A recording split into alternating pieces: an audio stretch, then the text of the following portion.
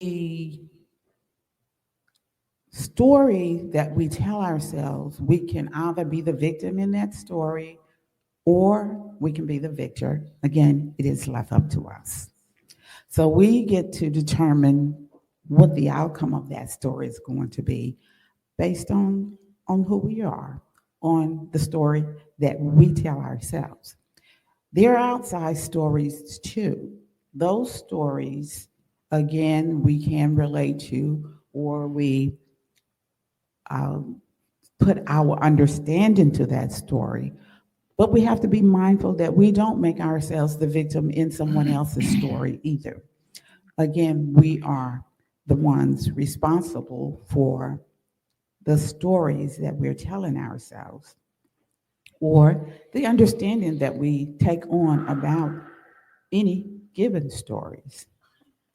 So we want to make sure that the story that we tell ourselves is one where we are the victor. And before coming here to the science of mind, I was one of those people that told the stories where it was always me, the victim in the story.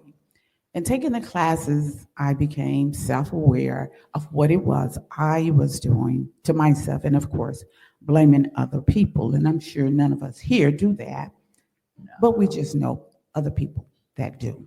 Right. Yes. So in the classes, I learn a different story to tell myself. Several different stories, I must say. The universe is always in a correction mode, meaning the universe will never, ever self implode.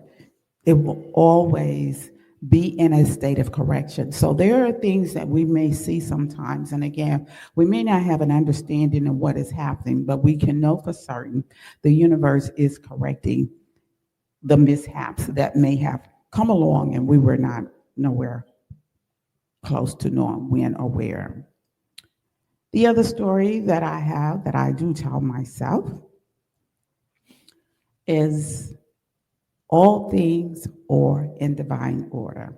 Oftentimes, when I look and see, I just don't agree with what is in place. But knowing that all things are in divine order, meaning there's a higher power that determines the order of things, and it is up to me to align myself with whatever that higher order is. And last but not least is my peace.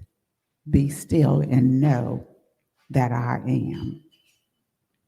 That was one of the first stories that I began to reshape myself, what it is I believe about myself when taking these classes. So I ask you guys, what is the story you're telling yourself? Simply because we express what we feel. So is your story about love? Is your story about peace? Is your story about oneness?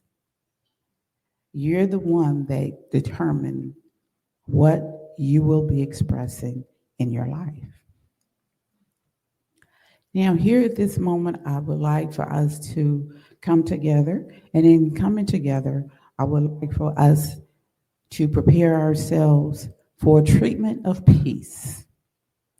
I will be making this treatment in the first person. And of course, you guys get to make the adjustment as you see fit. I give this treatment in the first person. Why? Because we are one. We are one. We are one. So, as we come together, we come to know and understand that God is all there is. The universe is the expresser of all things and everything. We are giving thanks for this opportunity for us to have the awareness and the knowledge of this wonderful, beautiful universe. It is out of this oneness, peace expresses itself. And I being an expression of the oneness, I am. It is the I am that allows me to express myself as a thought of peace here in this very moment. It is this knowledge of the universe and how it works I am grateful for, and I give thanks. And so it is. So it is. So, guys, I want to take a minute here just to say again, thank you to all of our volunteers here, here at the Center for Spiritual Living. There is a lot of work that goes into this production. This is a true production, guys. This is like a Hollywood production. There are signs to be put out, there are doors, there are floors, there's kitchen, there's tables, there's chairs, there's logistics, there's food. So it's on and on and on and on and on. So I want to say thank you to all of our volunteers. Again, you are the reason that we are here. And in honor of our 1-year anniversary, I do want to ask that you give a little extra just to honor us being together here. I do want to say thank you to Lynn. Lynn, I have to add Richard too, because Lynn and Richard, we got a 2-for-1, but they are always showing up, being here. And it makes a difference, guys, when you have dependable people that show up consistently. And we have Judy and Maya. They do an excellent job in making sure we get the message that we are behind that aligns with our mission. And of course, our board president, Vince, we thank you for your work that you do. But again, there's my quintessential volunteer, Sylvia. Sylvia, thank you for your showing up in your spirit, your faith, your believing.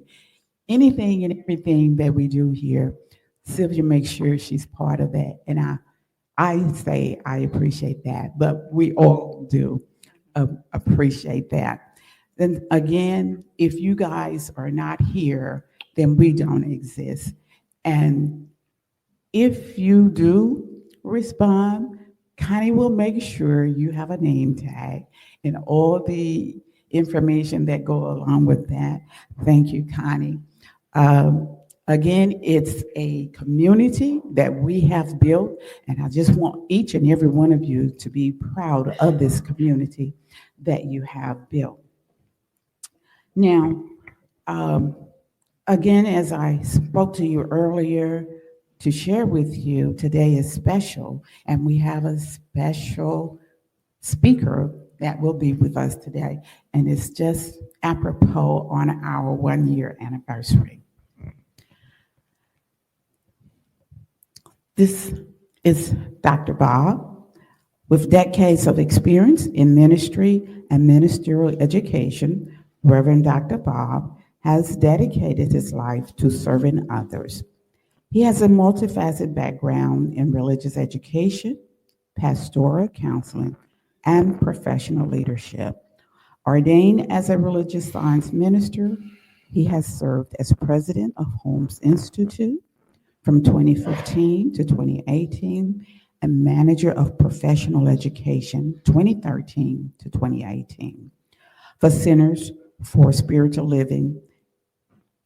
His extensive experience ranges from pastoral, psychotherapy, and addiction treatment to training and consulting for businesses and organizations. With a commitment to spiritual growth and community development, Dr. Bob has also facilitated workshops and retreats on various topics related to personal and spiritual transformation. Dr. Bob's passion for education is evident in his role as senior minister at the Vassell Church of Religious Science, 2000 to 2003, the Greater Philadelphia Center for Spiritual Living. In these positions, he taught curriculum, graduated students, and led ministerial programs. And that is what he has done here at the Center for Spiritual Living, Midtown. I welcome you guys, Dr. Reverend Bob, please. Thank you.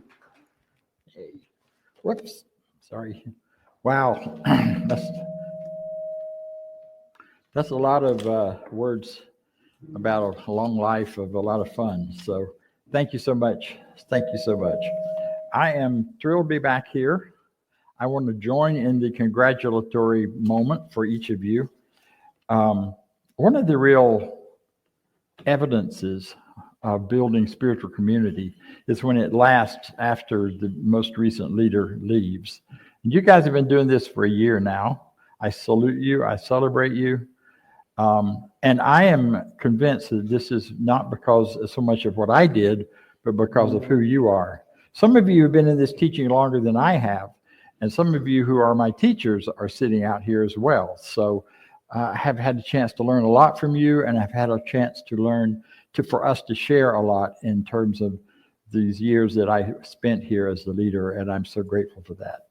Today marks a new day for me because after a year of trying to pretend to be retired, I'm not anymore.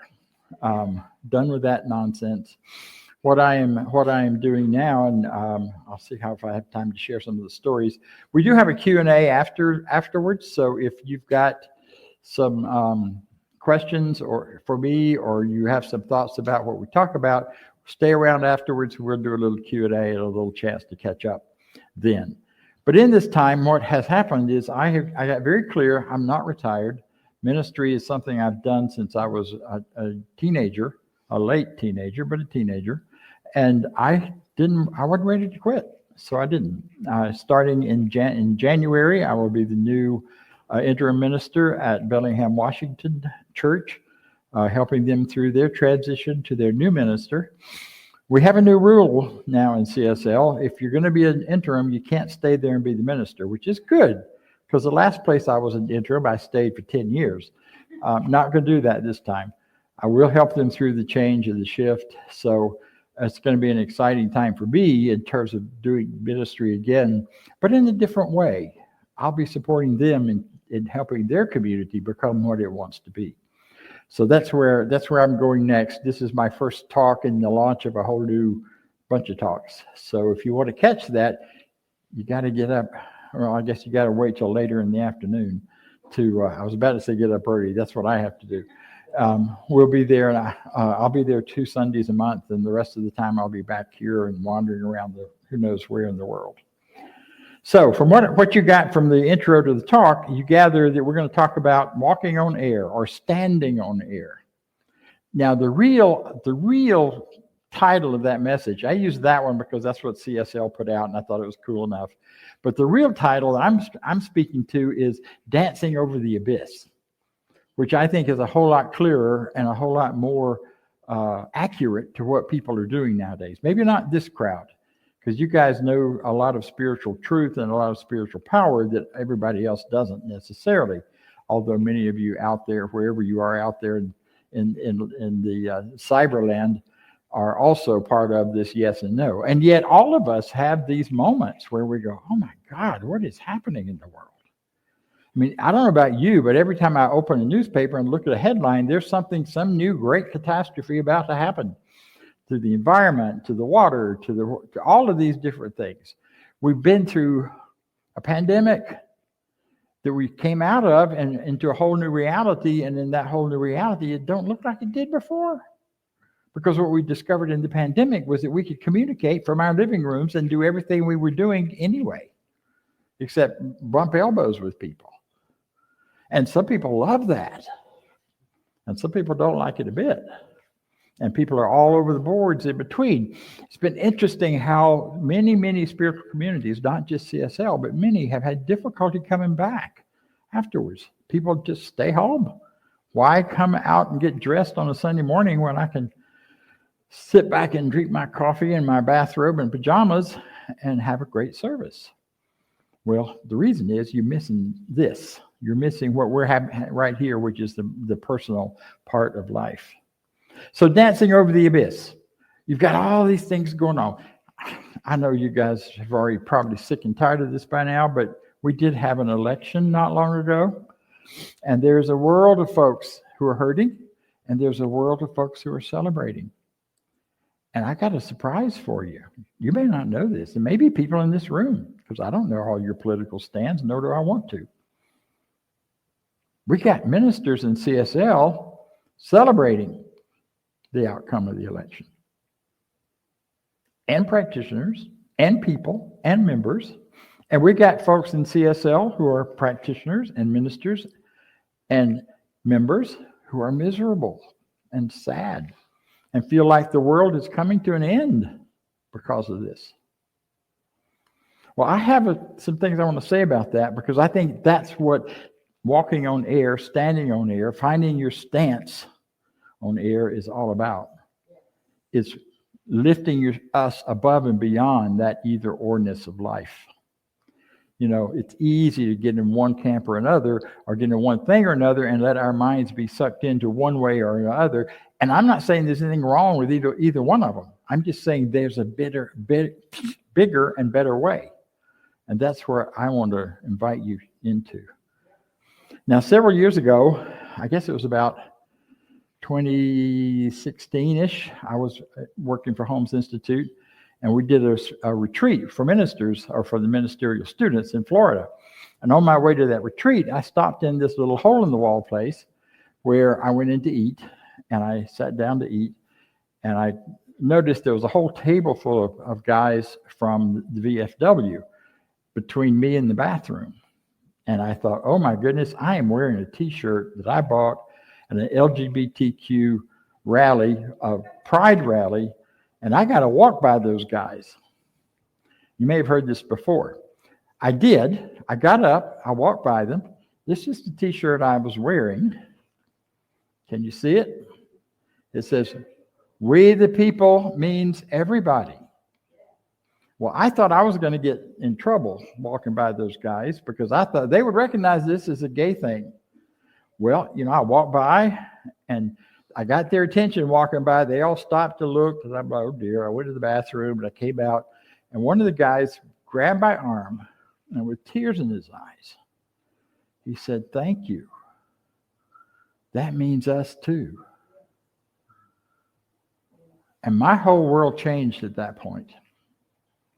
Because I realized at that point, no matter who we are and where we stand on either side of the political spectrum, on either side of what we believe to be right or wrong, anywhere, we are all included in this great thing called oneness.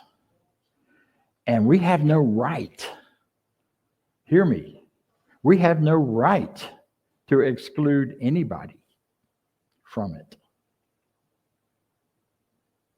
Now, I don't know about you, but I've been tempted. I've had some moments when I want to yell at one person or another, and sometimes on both ends, especially with the politics. I get mad at all of them at some point. I grew up in politics, so I know behind the stories for a lot of this. Florida politics at that.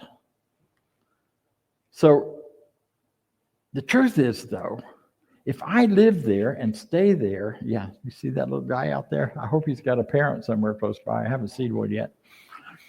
There is a different place to stand, and it's called, they call it standing on air. I call it dancing over the abyss, because the abyss is that place where we get pulled apart. Oh, there comes a mom. Good.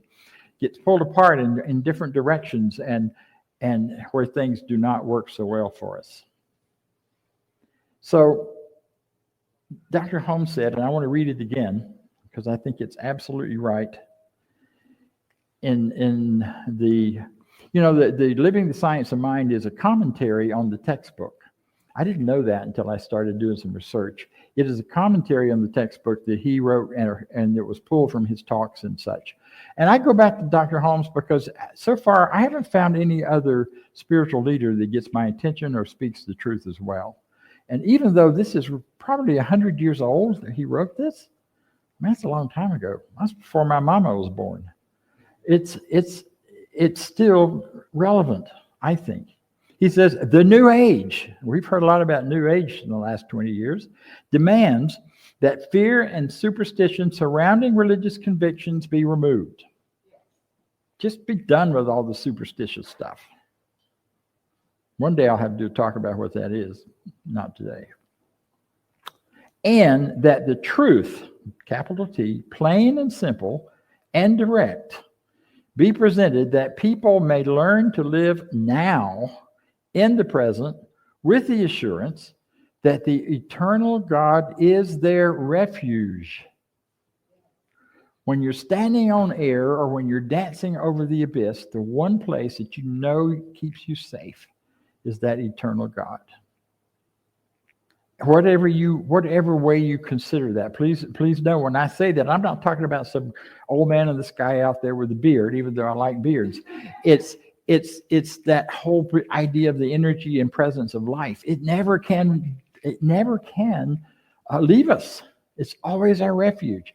You take a deep breath and be still for a second. There I am. It's an interesting place to be. So I'm going to speak some truth to you. You may not like it. Some people don't like what I just said about both sides of this thing. That we need to honor and respect and love each other wherever we are in politics. My family is completely divided. There's me, and then there's everybody else. And I'm not going to tell you which side I'm on. You probably know. But, I really struggle with how do we do this? How do we go, how we cross that bridge? It's so easy. We just love each other. I don't love them any less because they disagree with me politically than I did before I knew that.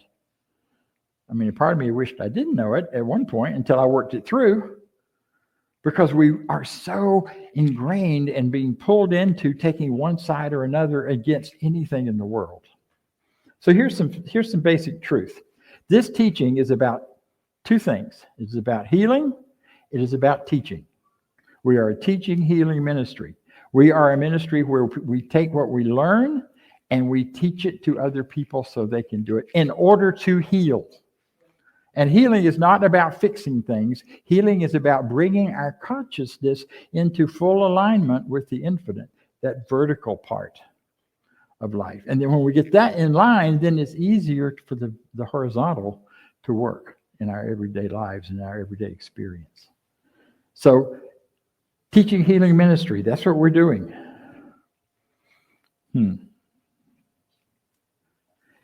As long as there is human, here's the other piece. As long as there is a human ego that believes in separation, and I don't know about you, but mine slips into there about every 10 minutes. In and out, in and out. As long as we have human ego that believes in separations and believes that the way to achieve something is to have power over other people, then we are going to raise up wars and fights and disagreements in our culture. We can't help but do that because it's already implanted in consciousness. And until we heal all of that consciousness, we're going to have it. We're going to disagree. We're going to have the great divide, they're calling it now. Do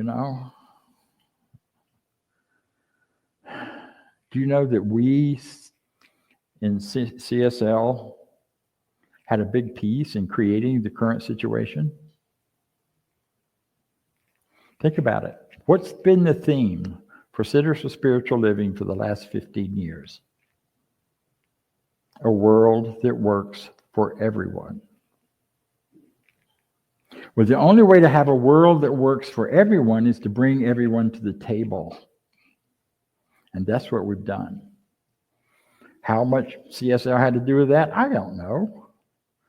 I think we have some very powerful people who have been treating for that one idea now for a long time. And in order for the world to work for everyone, everyone's got to be able to speak what works for them and bring it to the table. And that's what's happened. And so here we are. Here we stand on air above this so-called divide, or maybe right within this divide, reaching out with love across all those places to all of the oneness. We the people means everyone.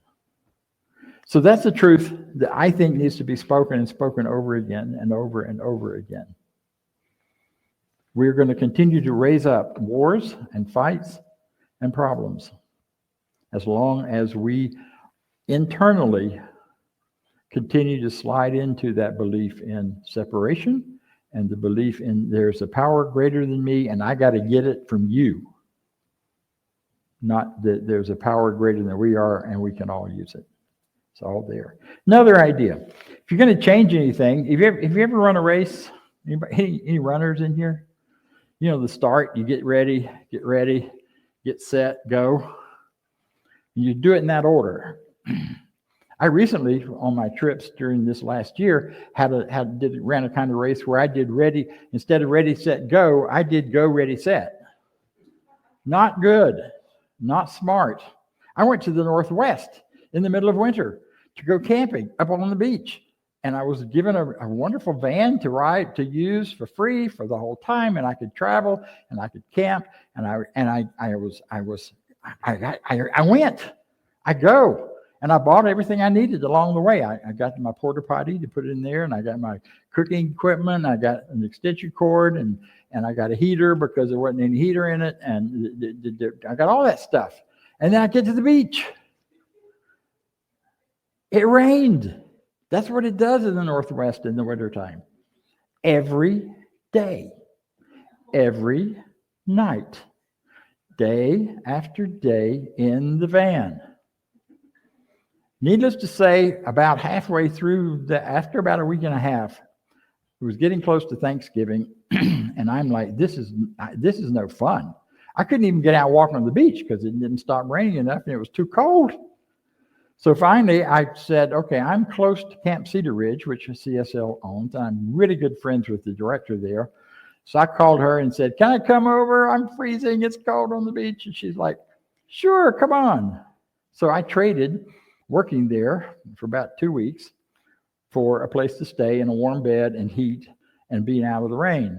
And it was wonderful. I had a great time. So ready, set, go means you got to do it the other way around. Don't do what I did. Do what I did, what I'm saying do. So ready, in this case, in order to dance over the abyss, is to get yourself ready. How do you get yourself ready? You got to do the work inside. You got to start with that idea there is only one. Even though we look like a multitude, and even though it may look like there's division all over the world, there's only one. And if I can keep that in mind, then I can get back to my work about the oneness within me. I don't know about you, but I got divided parts in me that I kind of hate sometimes. My slowness, my procrastination, my response to cold. It used to not bother me. It does now. You know, and as long as I've got that going on in me where I'm hating part of myself or I'm wanting to shut off part of myself, I'm divided. So I do my work to bring the oneness into me, to awaken. It's always there, but to awaken to it and to allow it to be the dominating factor in my life. I do that inner work to forgive those that I think have done harm to me. You know who you are? You're an expression of the divine. Nobody can hurt you. It might seem like it. They might have hurt your ego. They might even have hurt you physically. They might have messed up a relationship. They might have done all kinds of things. But ultimately, on the big picture things, they cannot hurt you. You cannot be harmed unless you volunteer to be harmed. That's hard sometimes. Do that work inside so that you don't carry that anger and grief and guilt around any longer, so that you can live in that place of oneness. That's the get ready. Now, the get set is kind of interesting because, for a runner, I was watching a little video on this the other day. They get ready and everything gets really still. And they get set, it gets really still and quiet. And I have never exactly been a runner. I've done a little bit of that, but not a lot. But I know that in getting that get set, everything goes quiet. When I get ready to come up here and talk, everything goes quiet just before I start. I let it all go quiet because that's when the divine can speak. That's when the divine can begin to empower and bring things in. Get set. And you wait, and you wait. And then the gun goes off, and you take off. That's how we have to do this spiritual life. We do our inner work, then we get really quiet and wait.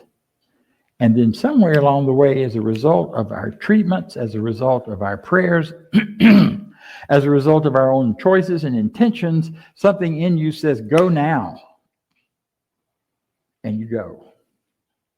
If you go sooner than that, it won't work as well.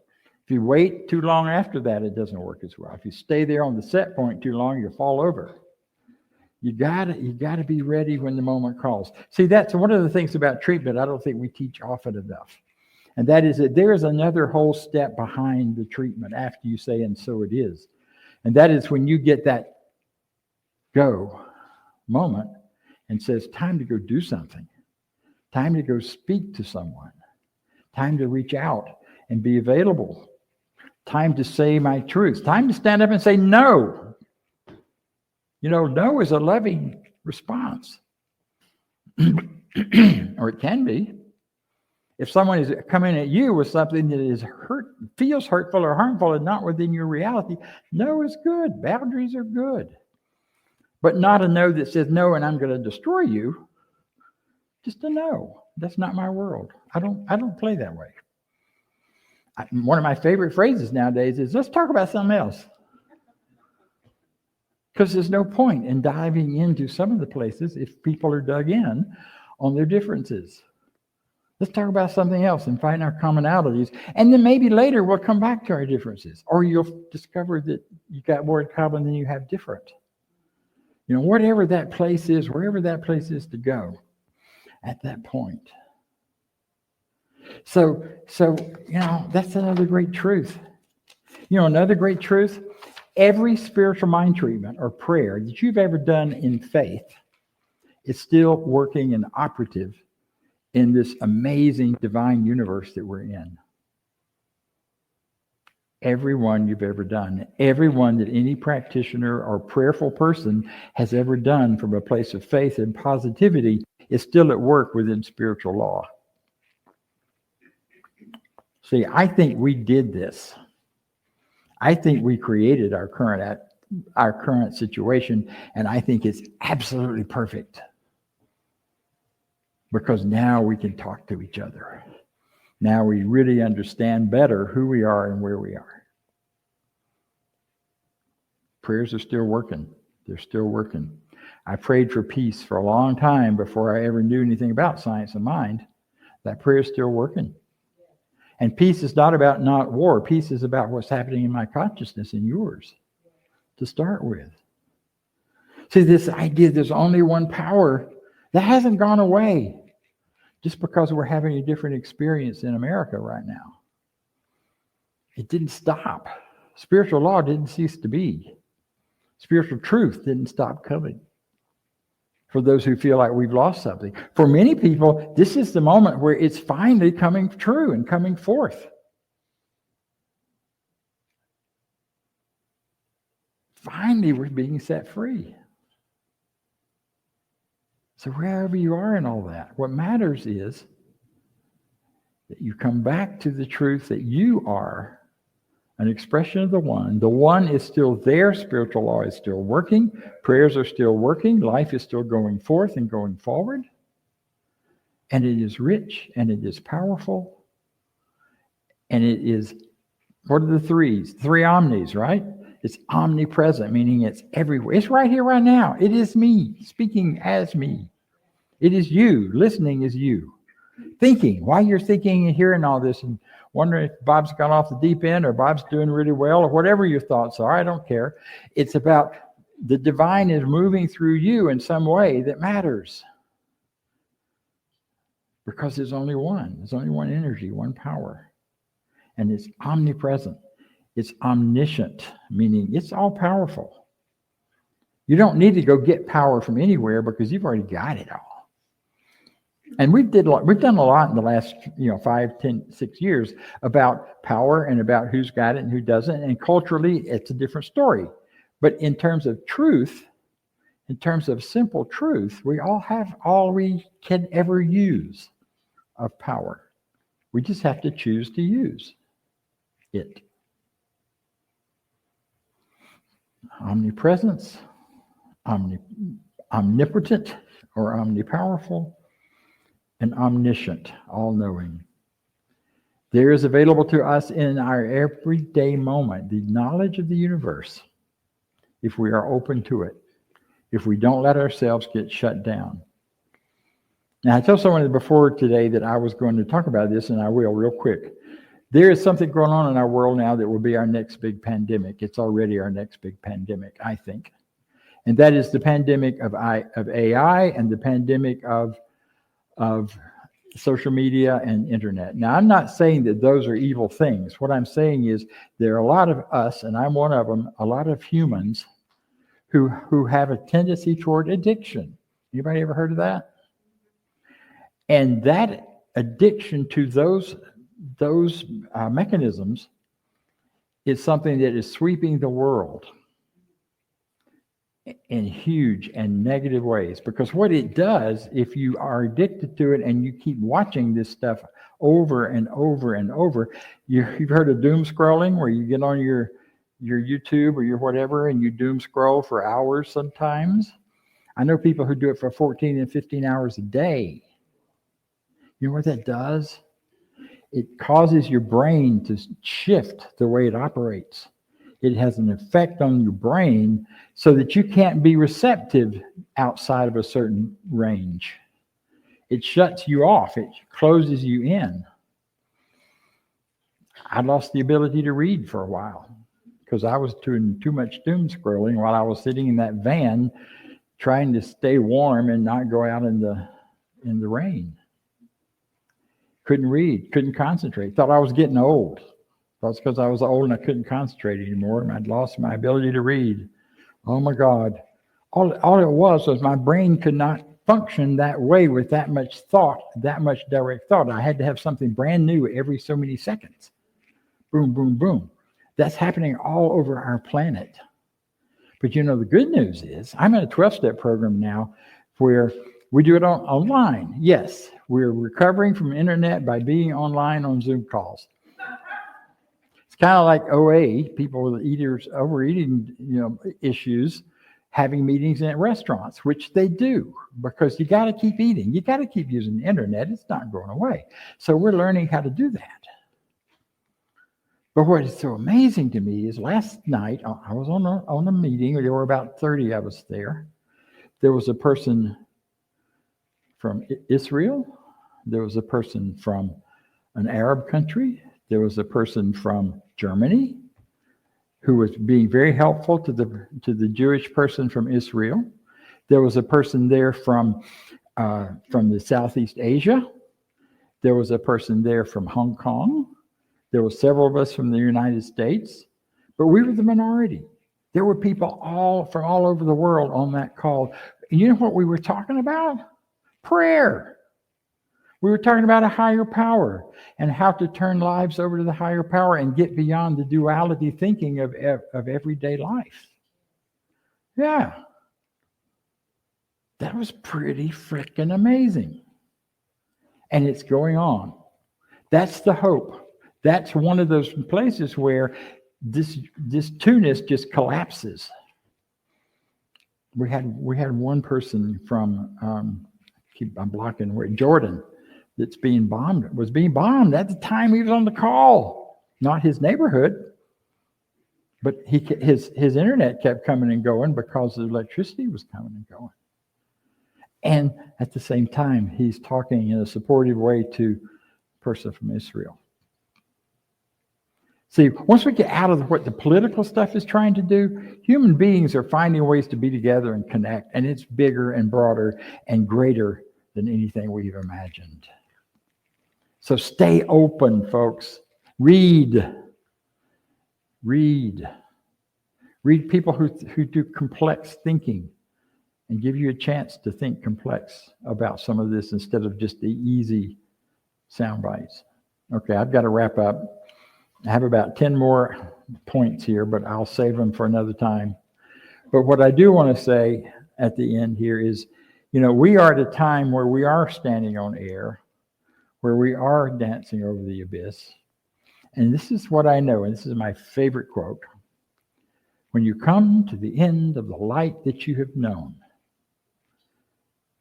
my faith tells me, or when I come to the end of the light that I have known, my faith tells me if I step forward into the dark, my foot will either find solid ground or I will fly.